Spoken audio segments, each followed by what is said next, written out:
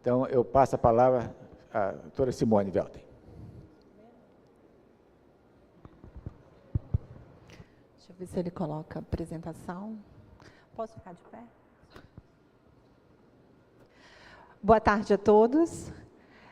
Primeiro, eu queria agradecer esse espaço democrático, né, que só demonstra a maturidade do Tribunal de Contas, que me honra muito fazer parte desse corpo técnico, né, dessa instituição que preza pelo debate, pela discussão, troca de ideias.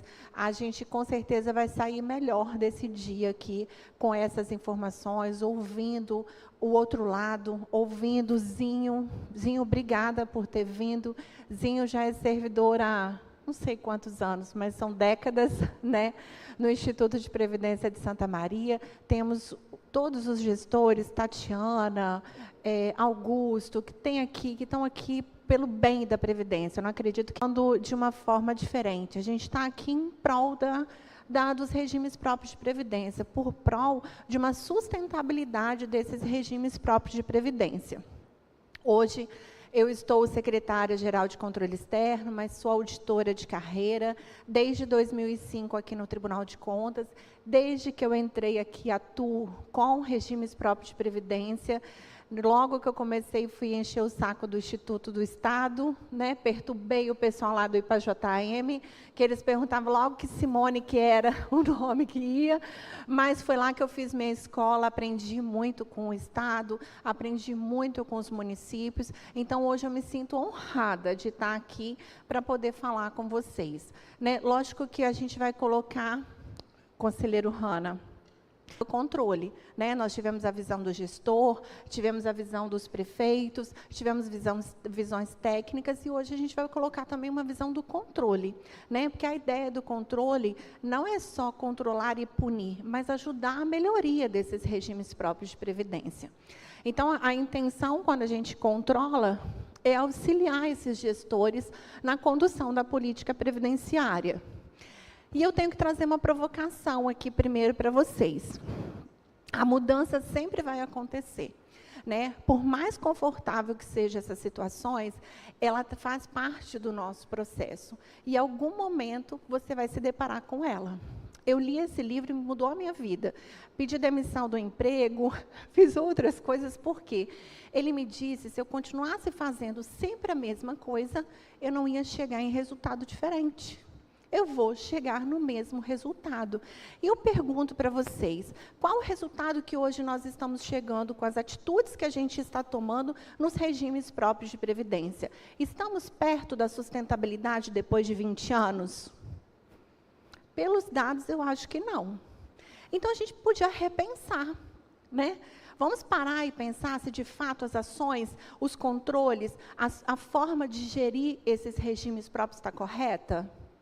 Tem mais de 20 anos, vamos arredondar as contas, que a gente está gerindo desta forma. Não nos está levando ao lugar que deveríamos chegar. O Tony mesmo disse aqui, que nós não chegamos a tão sonhado equilíbrio financeiro e atuarial desde a emenda 20. Será que estamos no caminho certo? Vale a pena continuar neste mesmo caminho? Vamos alcançar resultados diferentes?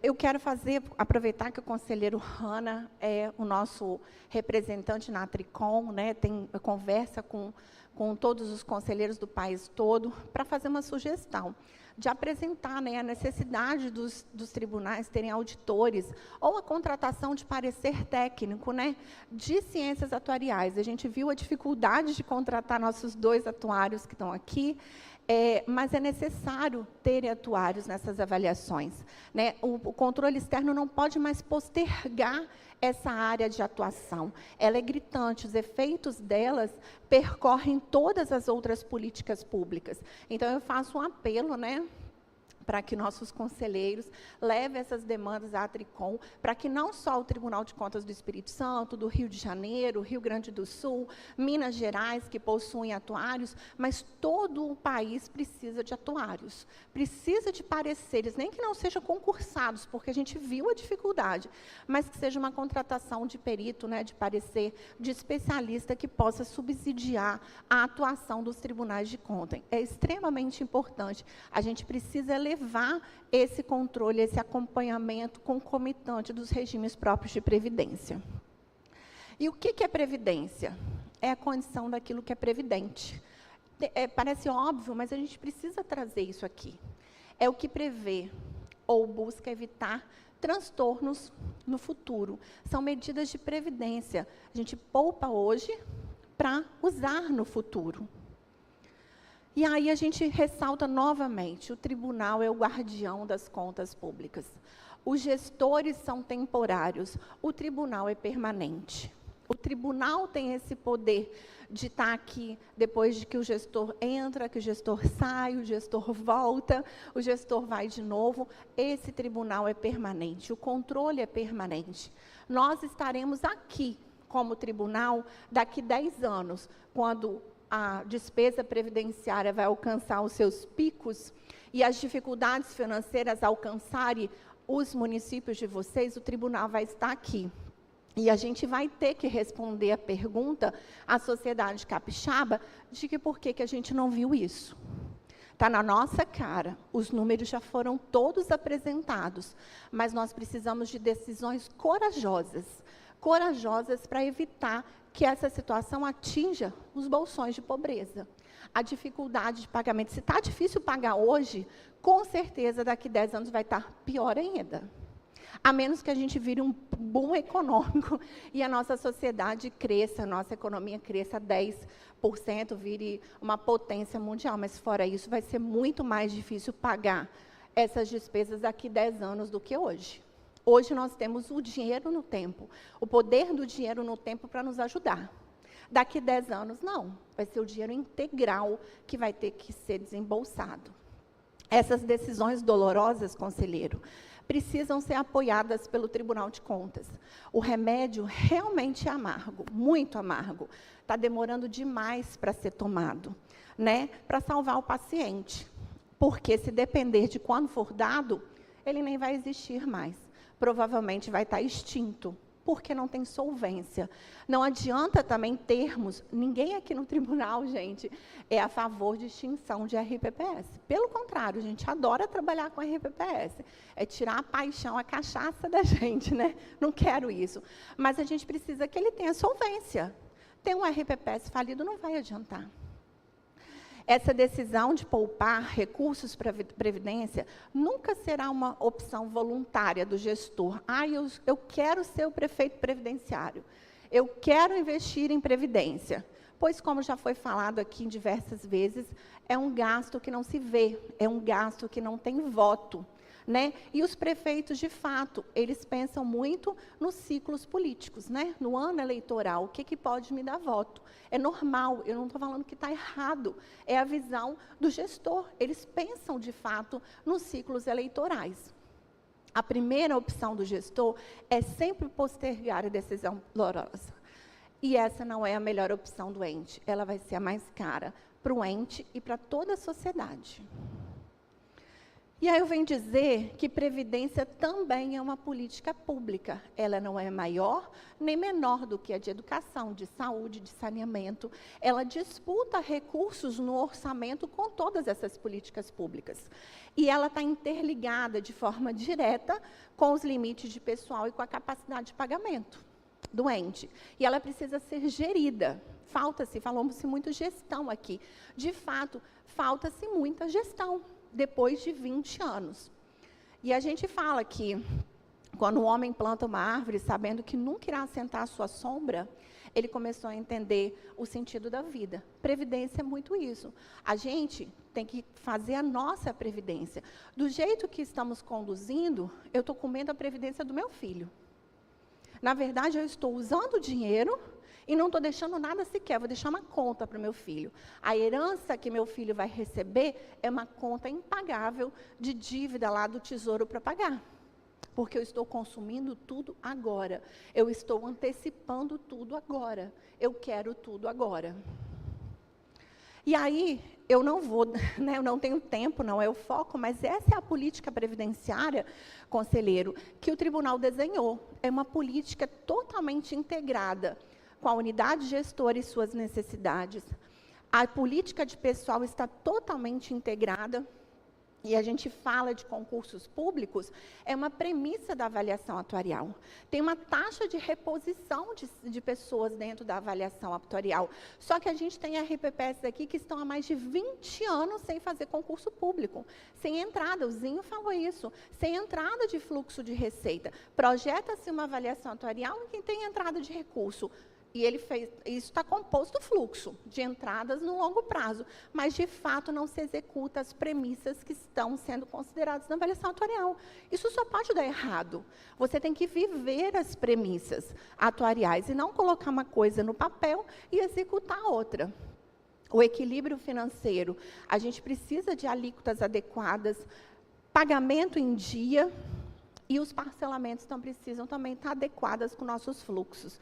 E o equilíbrio atuarial, que é de longo prazo, a gente precisa, de fato, de um efetivo plano de amortização, incluir isso no instrumento de planejamento. Alguém falou assim, mas esse dinheiro dessa insuficiência, ela tem que estar prevista no PPA. Ele é um plano, geralmente, de 30 a 35 anos. Se a necessidade de amortização do déficit não estiver no PPA, nada mais pode estar. Nada é mais contínuo do que o plano de amortização, a duração nesse tempo. Ele tem que estar previsto nesses instrumentos de planejamento. E aí, os eixos estratégicos, aqui, foi onde o tribunal resolveu atuar. É aquele esforço, né?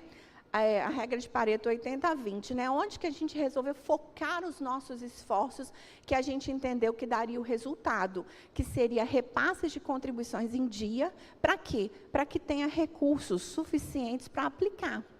Efetivo plano de amortização e aumento no índice de cobertura. É essencial o aumento no índice de cobertura. E aí a gente volta aqui, essência da Previdência. Eu preciso guardar recursos. Mas eu quero que vocês me falem que mágica é essa que eu não sobro nada nesse equilíbrio financeiro, receita menos despesa quase que vira zero, e da onde sai o recurso que vai sobrar? Eu não consigo fazer um baú de tesouro, eu não poderia falar isso sem falar do meu baú de tesouro, se não sobrar alguma coisa no final do ano. Se eu não reservar algum valor no ano, da onde vai sair esse dinheiro para guardar? Então, quando a gente fala do equilíbrio financeiro vinculado ao equilíbrio atuarial, que o Diego explicou, eu preciso que no final de cada ano eu tenha um pouquinho de dinheiro, não um pouquinho assim, para guardar, para aplicar, para que esse meu baú de tesouro cresça no final de 35, 40, 50 anos. Mas tem que ter sobra. Se não tiver sobra, como é que eu vou aumentar a minha capacidade de investimento? Sem sobras, não existe. Da onde que o dinheiro vai sair? Se eu uso tudo o que eu recebo, uso alíquota normal, alíquota suplementar, rendimento, compensação, eu uso todas as fontes de financiamento, vai sobrar o quê? Nada. Eu estou usando. Praticamente, eu estou operando em repartição simples. Se eu não faço sobras para investir e amortizar esse déficit atuarial, eu estou quase operando em repartição simples. E não é o objetivo da Constituição, é capitalização o objetivo da Constituição. É capitalizar. Hoje tudo é gasto.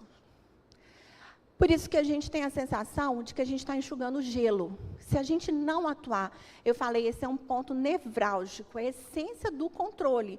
Se a gente não atuar em formar reservas, o que vai acontecer, todos os outros efeitos de fiscalização são paliativos. É enxugar gelo, a gente faz, mas não vai resolver o problema da Previdência. E daqui 10 anos a gente vai estar aqui resolvendo de novo, conversando novamente. A gente sai dessa sensação. Aqui são dados reais de um dos municípios que está naquele rol do 7. Né? Olha o índice de capitalização desse município. 2013, 0,17, então, quer dizer, tinha 17 centavos para cada R$1. E ele está usando rendimento, está usando plano de amortização, está usando tudo. Foi para 19, caiu para 17, 19, 13, 13, 11, 13, 11, 12, 13. Depois de uma década, ele só conseguiu piorar.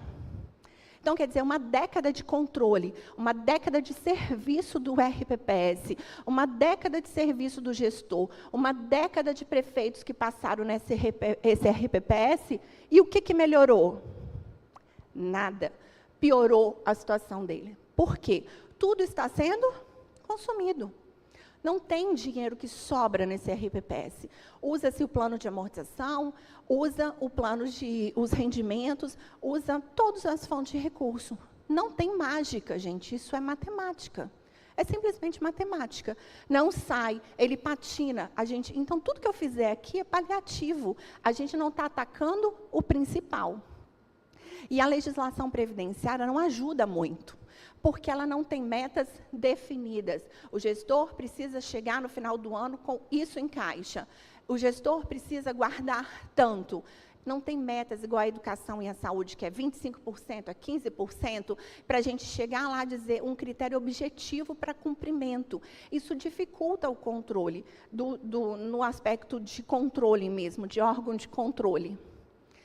E a gente tem aqui um resultado atuarial desse mesmo RPPS aqui, em que ele tem ativo de 400 milhões e um passivo atuarial de 3,4 bilhões. Benefícios concedidos, um compromisso de 1,6 bi, a conceder 1,8. Esse índice de cobertura que a gente tanto almeja, está o quê? 0,28, benefícios concedidos. O que quer dizer? Hoje ele tinha que ter em caixa, no mínimo, 1,6 bi, que é o compromisso de quem já aposentou, de quem já cumpriu as obrigações, que já está gozando o benefício. Mas ele tem o quê? 400 milhões. Esse é o nosso compromisso, de formar essa reserva, de dar uma solvência para esse gestor, para que um compromisso firmado, essa decisão amarga, conselheiro, para que o gestor forme esse benefício concedido. Quantos minutos? Eu vou fazer uso da minha prorrogação. Sim. Para formar benefício concedido, para que ele pare de patinar aqui nessa variação. Hoje a diferença é imensa, porque ele usa tudo que ele recebe. E aí eu venho falar, eu tenho esse déficit tremendo aqui, né? 3 bi para 400. O que acontece? Quando eu apuro 3,4 bi, tenho 440 milhões em caixa, o que eu faço com essa diferença aqui? Nossos atuários fazem um plano de amortização. Vamos pagar essa dívida, vamos pagar esse déficit. E aí a gente passou por um processo de convergência na contabilidade pública, e era muito comum ao Tesouro Nacional falar assim, vamos olhar os mundos, o mundo orçamentário, o mundo contábil e o mundo fiscal. Cada mundo tem sua legislação. Isso não quer dizer que uma visão está diferente da outra, são visões diferentes. E aqui também é do mesmo jeito. A gente tem um mundo atuarial, com suas regras, onde os atuários vão calcular qual é o tamanho desse déficit. Temos o mundo fiscal, quais são os impactos desse plano de amortização no meu mundo fiscal, e existe possibilidade de gerenciamento, e eu tenho um mundo jurídico, a visão jurídica para esse plano de amortização. Precisamos analisar cada um sobre o seu prisma, e não tentar colocar tudo na mesma caixinha. Então, o mundo atuarial, a gente já foi discutido, a Amanda já nos falou, a gente chega, conforme as regras, normas, dados, premissas, num plano de amortização. Eu tenho uma conta para ser paga, e o valor é X. Como eu vou pagar essa conta? É desenhado um plano de amortização. E aí eu digo, esse plano de amortização tem uma finalidade, amortizar o déficit atuarial. Independente da forma como ele vai ser constituído, a finalidade é a mesma, pagar a diferença entre o passivo atuarial e os ativos disponíveis. é a mesma coisa. Você comprou uma casa, vai escolher seu plano de financiamento. Independente da tabela que você vai usar, o que você quer no final dos 30 anos? Pagar a casa. Esse é o objetivo do plano. A forma de, se eu constituir uma alíquota ou aporte atuarial, não faz diferença. O objetivo, a finalidade do plano é a mesma. Pagar o déficit atuarial. E aí, eu digo que seja por alíquotas ou aportes, isso é uma opção de acordo com a finalidade, com a situação fiscal do ente. Ele vai escolher o que é melhor para ele naquele momento. E aí a gente entende que os valores devem ficar aplicados, inclusive seus rendimentos, porque foram constituídos, né, na avaliação atuarial, diz que é dinheiro sobre dinheiro, é juros compostos, gente. O dinheiro tem que ser reaplicado para ter poder de rentabilidade, pelo menos até a formação dos valores para benefícios concedidos. Acompanha anualmente pelo índice de atualização. Então, a gente entende, primeiro, que o objetivo é o mesmo, amortizar o déficit, e aí tem uma escolha fiscal. Como eu quero pagar esse déficit?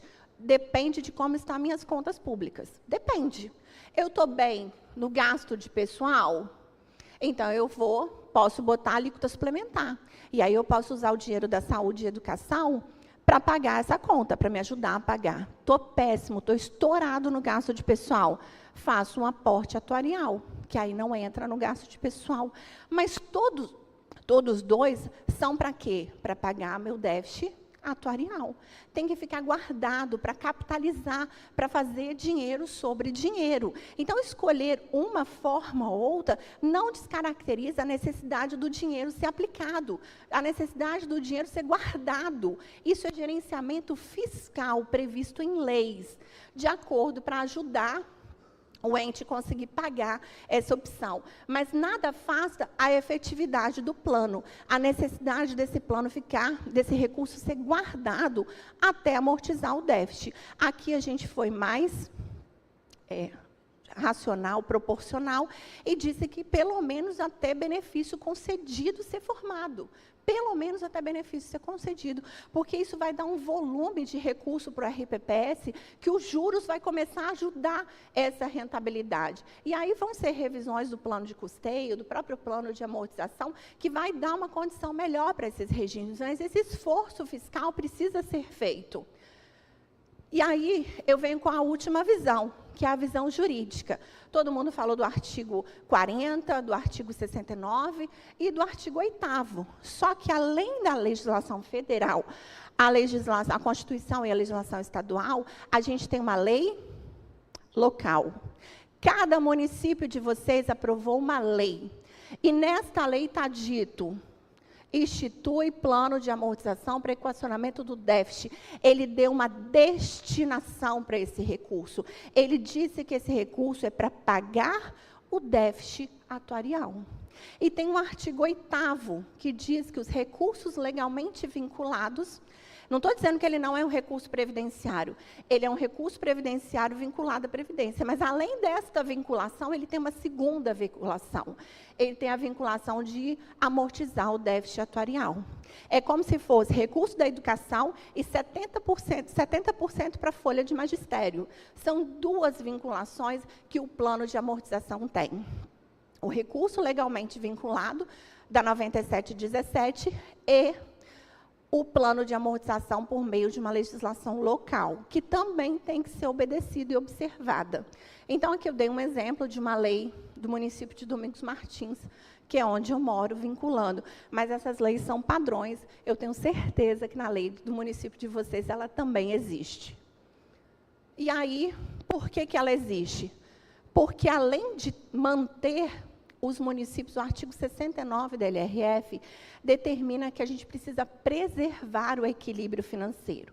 Então, quando eu volto aqui na casa desse prefeito aqui, ele tinha uma alíquota de 17, baixou para 19. Ele está preservando ou mantendo o equilíbrio? Quando ele baixa de 19 para 17, para 13, para 11, se eu olhar esse histórico no índice de capitalização, ele está mantendo e preservando o equilíbrio financeiro e atuarial? Para mim é óbvio que não.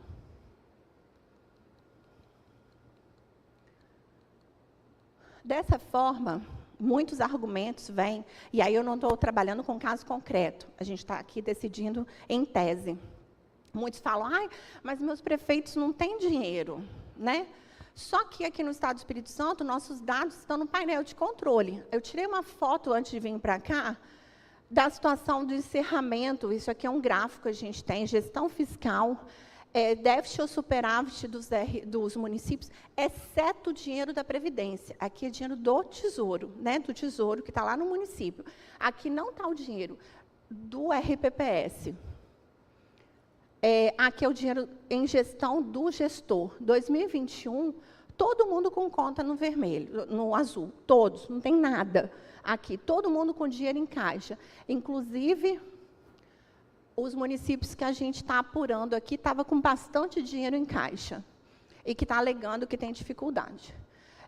Aqui também, em 2022, aqui tem o município de Guaçuí, que se a gente tirar o dinheiro da Previdência, ele fechou com um déficit nas contas públicas, Guaçuí. Mas os demais 77 fecharam com o cofrinho cheio de dinheiro no final do ano. Então, não foi escolhas, eu faço isso ou faço aquilo. Pelo menos os dados no painel de controle estão me dizendo com 77 municípios, né, em 2022, e os 78 em 2020 tinham dinheiro em caixa. Então, não foram escolhas, faço isso ou faço aquilo. Existia recursos, né? E eu termino dizendo que o futuro não é algo que simplesmente acontece, é algo que a gente constrói. É com decisões igual aqui, que a gente está construindo, que a gente vai chegar no futuro que a gente quer, mas precisa de ousadia e coragem para tomar as decisões que precisam ser tomadas. Tenho certeza que seu prefeito, seu município não quer, né, investir em previdência, só que ele não vai investir hoje, a conta vai vir 10 vezes maior daqui 10 anos. E aí, eu acho que essas boas atitudes precisam ser valorizadas, de fato, desses municípios, né? São 11 municípios que estão ali se esforçando para fazer essa poupança. Eu acho que o tribunal tem que valorizar esses municípios que estão fazendo esse esforço e que estão, sim, pensando na geração futura e numa economia local mais sustentável no longo prazo. Meu muito obrigada.